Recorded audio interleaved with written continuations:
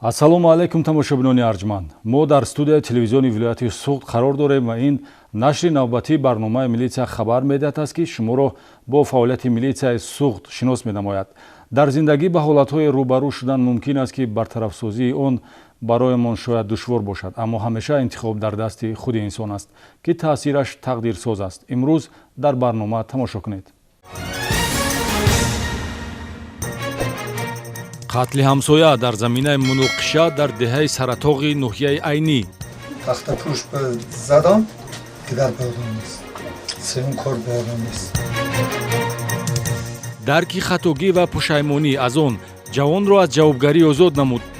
мана як рӯз пурсидану ҷавоб дода афт кардан ба онҳое ки амихел ранги ман гирехта мегардан розис канду биёину дар назди қонун ҷавоб диҳанд афт мешавад. муваффақияти навбатии милитсияи суғд дар самти мусодираи маводи мухаддир. дар мун душанбе 10 нафар омадем маро қапидан. ина мо маҳкам соҳиби 7 фарзанду ҷада ина мо сол 50 рафтагӣ.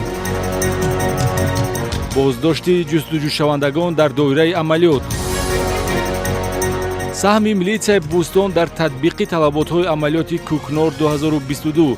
шарҳи ин ва дигар хабару гузоришҳо дар барномаи милитсия хабар медиҳад.